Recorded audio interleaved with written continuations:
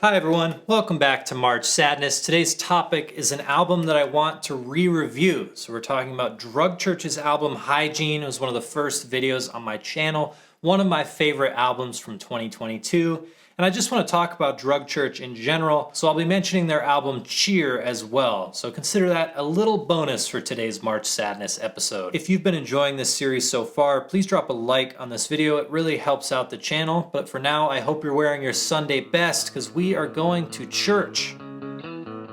Drug Church has everything I'm looking for in a live act or an all-out cardio playlist. I think they're specifically designed to get the blood flowing and the heart pumping. They're also fervent supporters of stage diving and safety in stage diving. Every show I've been to where I've seen them so far, Patrick has said that there should be no drops for the entire set. Patrick is an eclectic frontman, to say the least. Get up to the stage dive, let's fucking go!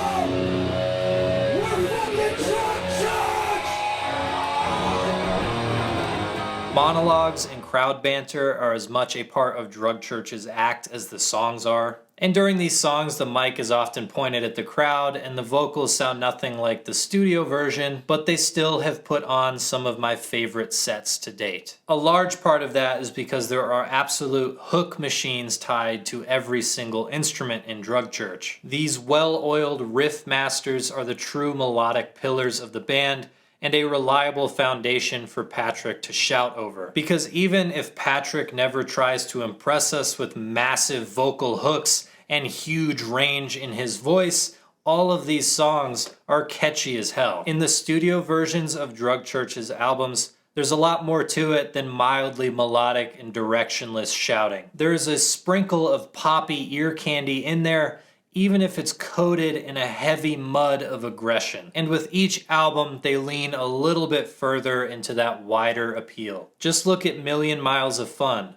a very accessible and topical tune for Drug Church to put out there. And with this current course that Drug Church is on towards pop, very soon we'll have something like this from them. She's got a love like whoa. Girls got a Can you imagine Drug Church jumping the shark like that? Please, just one hyper pop song to mess with us. But for a lot of people, Drug Church might already be sellouts for signing to Pure Noise and releasing Cheer. Cheer wasn't a major departure from their previous two efforts, Paul Walker and Hit Your Head, but to me it was a massive improvement. Of course, I would consider it a massive improvement. Just look at the albums I've been covering in March Sadness. Clearly, Cheer and Hygiene are much more aligned with my personal tastes. Even still, I'd describe Drug Church as the gunkiest, mushiest band that I listen to. As with most of my favorite bands and albums, the biggest connection that I have with it is through the lyrics, and I know I'm not alone in thinking that Patrick is a really great lyricist in the scene. Drug Church really capture the struggle of keeping your head above water, not just financially, but also emotionally too. There's a griminess and ugliness to the world that Drug Church paints that I find so captivating in their songs. And agreeable or not, Drug Church is also presenting their ideas fearlessly, not afraid of contradictions or backlash of any kind. For me, Cheer is about the hell that it's like being a cog in the machine, and Hygiene is about living in a boring dystopia. Patrick has a knack for writing lines that are both hilarious and depressing at the same time, like on Foam Pit. And he throws these lines at you with a cadence that you can't not bob your head along to.